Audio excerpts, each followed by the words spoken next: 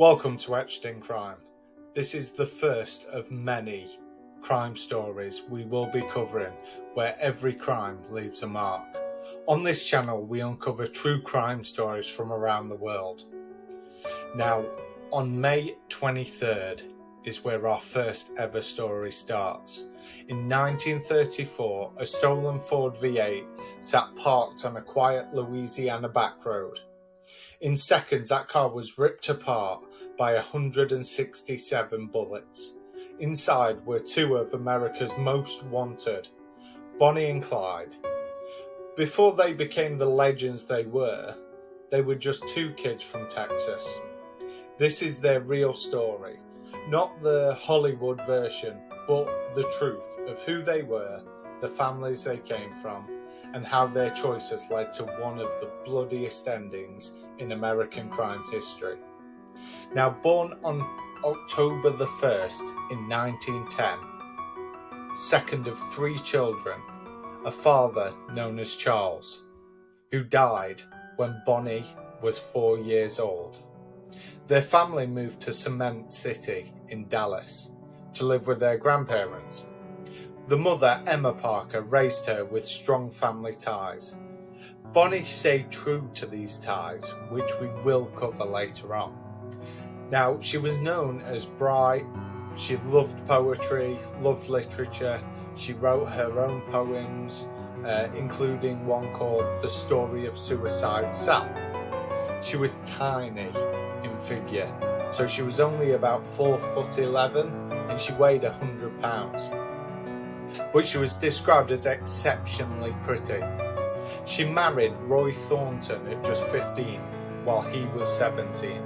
The marriage fell apart within a few years, but she never divorced, and she was still wearing his wedding ring on the day she died.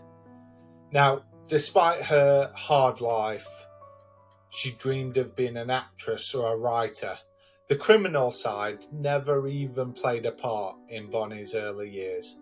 So, the Bonnie Parker, who people imagine as this cigar-chomping gangster girl, in reality, she was more of a romantic soul, a small-town girl with big dreams.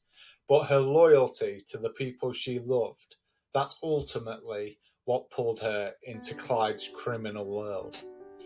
Now, Clyde Barrow, before he met Bonnie, he was born on March 24th, 1909, in Texas. He was the fifth of 7 children. The family was desperately poor. They lived in a wagon, then a tent, then a shack, mainly around West Dallas, which was highly known for crime and poverty. His parents, Henry and Mrs. Barrow, worked constantly, but the kids still learned to fend for themselves. Clyde was a musical child. He played the saxophone, guitar, and even dreamed of being a musician. By his teens, though, this is where things took a turn. He was stealing cars, robbing small shops. He was arrested multiple times before 1930, and he spent time in jail, built a reputation as trouble. He met Bonnie through a mutual friend in January 1930. She was 19, he was 20, and that meeting was the turning point for Bonnie. Her devotion to Clyde had an ambition that they would be together forever, and they became something neither would have been alone or inseparable from each other. Their relationship became the solid glue that played out the rest of their days. Now, in March 1932, just 2 years after they met each other, Clyde was arrested for an auto theft and was held in Kaufman County Jail. Now, Bonnie showed her true devotion. She smuggled in a pistol hidden under her dress. Now, Clyde and 2 others escaped, but were caught within a week. Clyde was sentenced to 14 years of hard labour at Eastern Prison Farm. This was one of Texas's harshest prisons. Now, Bonnie She was briefly jailed for helping the release, but she was let go after a few months. Now, Clyde changed in Eastham.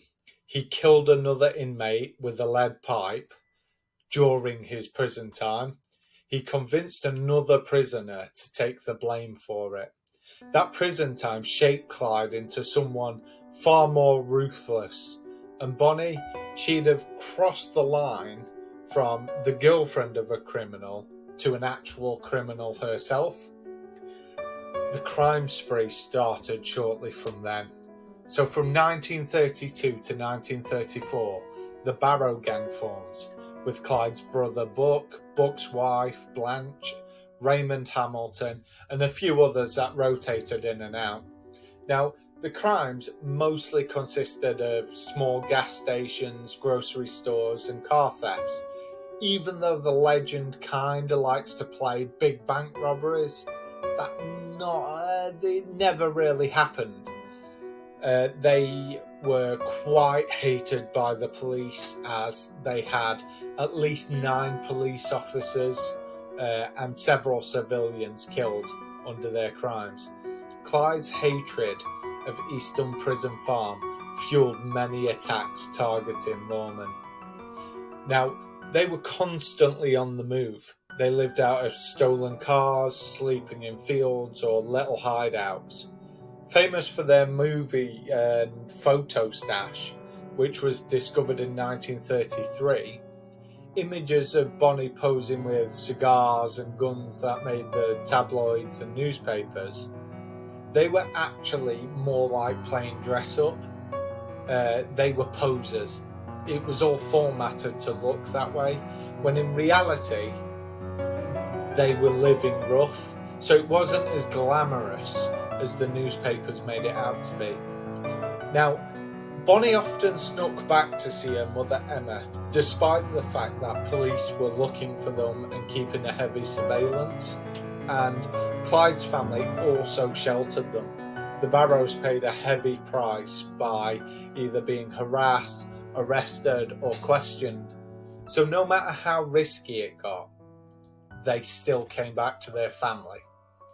Now, the final ambush was in spring 1934, where lawman Frank Hamer, a legendary Texas Ranger, was recruited to hunt them down. Hamer studied their patterns, realised how often they visited family, and on May 23rd, 1934, Hamer and a posse of 6 officers set up an ambush in Louisiana. Bonnie and Clyde drove down that road straight into the trap around 9:15 a.m. The lawman opened fire without warning. There was 167 bullets that riddled the car. Clyde was instantly killed. Bonnie repeatedly screamed before being hit. They were 25 and 23 years old. Now, when they drove into this trap, the fact that there was no warning, nobody asked them to stop, there was no prior attempt to take them out alive, this just showed the relationship between law and these two. Now, their story didn't just end there. The aftermath and the legacy they left. Thousands of people swarmed the scene, some grabbing souvenirs, hair, blood, clothing. The bodies were paraded in funeral homes, with over 20,000 people attending Clyde's funeral. They wanted to be buried side by side, but Bonnie's mother refused, and to this day they rest in separate cemeteries in Dallas. They've inspired a lot of pop culture. The movie Bonnie and Clyde, endless retellings, and plenty of songs as well. Their families have carried the scars.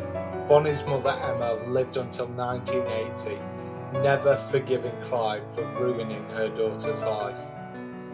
Bonnie Parker and Clyde Barrow weren't glamorous outlaws. They were 2 young people swept up in crime fueled by poverty, devotion and violence. The legend has been romanticised, but behind the myth were broken families, constant fear, living rough, and a trail of death. And as always, to ensure this story is never forgotten, we've etched it into history.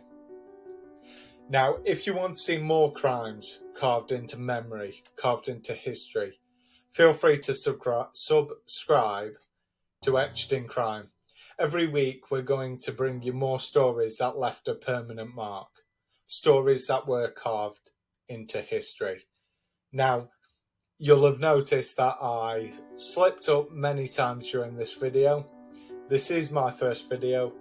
I aim to do better, and we will be bringing you a really interesting concept where we will have in the background a video of a collector card that we make for each crime that we cover.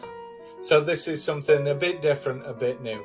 But if you liked the video, or if you didn't like the video and have a little bit of criticism, please feel free to let me know. This is something me and a bit of help to make these videos we find interesting, and we truly hope you do too. So thank you for watching.